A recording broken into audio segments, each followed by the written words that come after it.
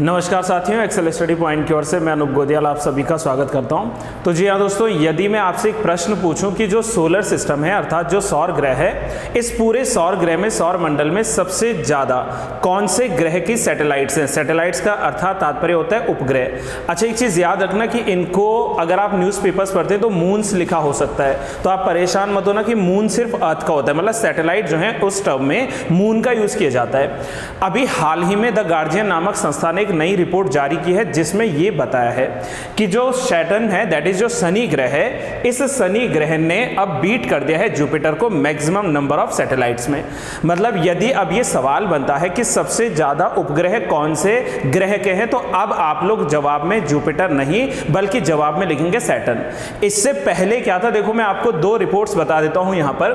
अभी इसी नई लेटेस्ट अगर रिपोर्ट की मैं बात करूं, 15 मई 2023 को रिपोर्ट जारी हुई थी जिसमें यह कहा था द गार्जियन नामक संस्था ने कि सैटर्न जो है इसने जुपिटर को बीट किया है। मतलब कि जुपिटर से ज्यादा जो है सैटेलाइट की संख्या सैटर्न की हो चुकी है और अब इनकी संख्या बढ़कर 145 हो चुकी है।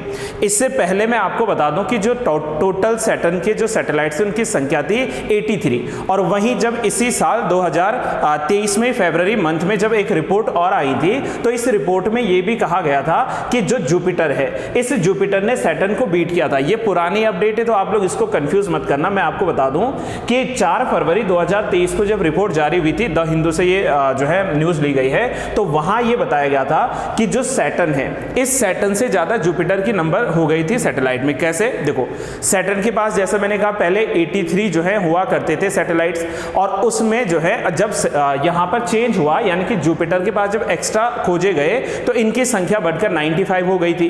अब पुनः एक बार जो है फिर से एक नई रिपोर्ट आई है जिसमें लिखा गया है कि सैटर्न में नए 62 सैटेलाइट्स को खोजा गया है। और ये जो नए 62 सैटेलाइट्स खोजे गए हैं, तो अगर मैं 83 प्लस 62 करूं तो यानी कि इनकी कुल संख्या 145 हो जाती है। तो आज की इस कंप्लीट वीडियो के माध्यम से हम लोग इसी न्यूज पर चर्चा करने वाले हैं और मैं उम्मीद करूंगा आप लोग जो है न्यूज के अंत तक बने रहेंगे।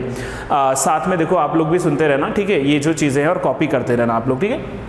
चलिए, तो सबसे पहले हम लोग बात कर लेते हैं कि ये जो नई स्टडी हुई है इसने अनवील्ड किया है कि नया जो है लगभग 62 न्यू मून्स जो हैं इनको खोजा गया है नियर दी रिंग्ड प्लेनेट।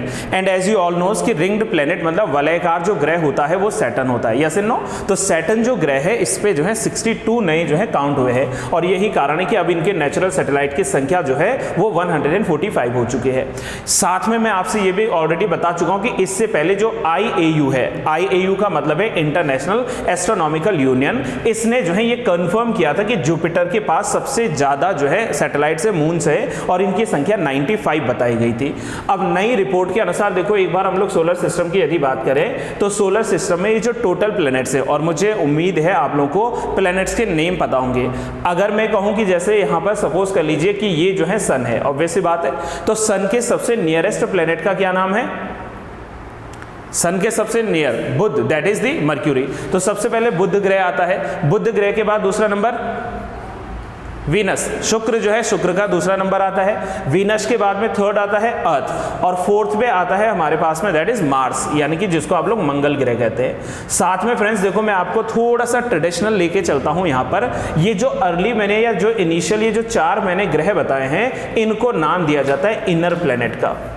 इनको कहते हैं हम लोग इनर प्लैनेट्स। इनर प्लैनेट्स का मतलब होता है आंतरिक ग्रह जो है, यानी कि जो सन के सबसे ज्यादा करीब है वो आंतरिक ग्रह है, जिसमें बुध, शुक्र, पृथ्वी और जो है मंगल ग्रह यहां पर आता है। फिर उसके बाद देखो आउटर ग्रह आते हैं 4। ये जो हमारे पास में प्लैनेट्स हैं इनको आउटर प्लैनेट्स कहते हैं। एक तरफ था इनर प्लैनेट्स, तो दूसरी तरफ थे हमारे पास में आउटर प्लैनेट्स।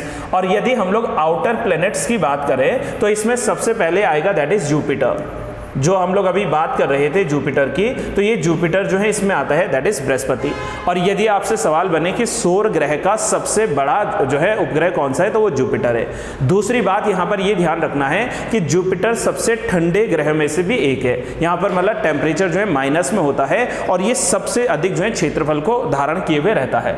साथ में अगर हम लोग बात करें तो इसके बाद आता है सैटर्न यानी कि शनि, और जैसे कि इसमें वलय बने हैं that is why it is also called as the ringed planet. शनि के बाद में यहां पर आता है नेक्स्ट ग्रह जिसका नाम है बताएं, शनि के बाद अरुण ग्रह वहां पर आएगा और लास्ट में जो है वरुण ग्रह आपके पास आएगा, यानी कि नेपच्यून और साथ साथ में हमारे पास में जो एक और ग्रह है यूरेनस, ये जो है लास्ट के 2 ग्रह के रूप में आते हैं। तो कुल मिलाकर हम लोग यदि बात करें तो कंप्लीट ये जो सोलर सिस्टम है इसमें 9 ग्रहों में से अभी न्यू डिस्कवरी के अनुसार जो शनि ग्रह है इसके पास में मैक्सिमम सैटेलाइट है, मैक्सिमम मून्स हैं, और यही आजकल जो है चर्चा का विषय है। और मुझे ये उम्मीद है कि शायद आने वाले नियर बाई होंगे, देखो इसीलिए मैंने यहाँ पर आपको ये पूरा बता रखा है कि Mercury, Venus, Earth, then Mars, Jupiter, Saturn, then Uranus and last में नेपच्यून जो है। तो ये ग्रह जो आते हैं हमारे पास में टोटल सोलर सिस्टम में आते हैं। प्लूटो पहले एक ग्रह था, अब इसको ड्वार्फ ग्रह के रूप में जो है इसकी घोषणा कर दी गई है। तो मुझे उम्मीद है कि यहां तक की बातें एटलीस्ट आपको सारी क्लियर होंगी।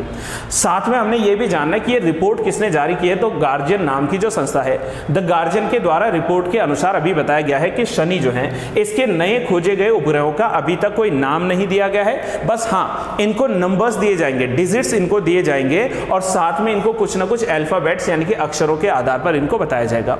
वहीं जो है आने वाले समय में मतलब कुछ समय बाद जो है शनि के जितने भी ये नए उपग्रह खोजे गए हैं इनको कुछ ना कुछ नेम दिए जाएंगे, जैसे गैलिक, नॉर्स और कनेडियाई जो इनुइट देवताओं के नेम हैं, इन देवताओं के नाम पर हो सकता है कि इनके जो है नेम यहां पर दिए जाए।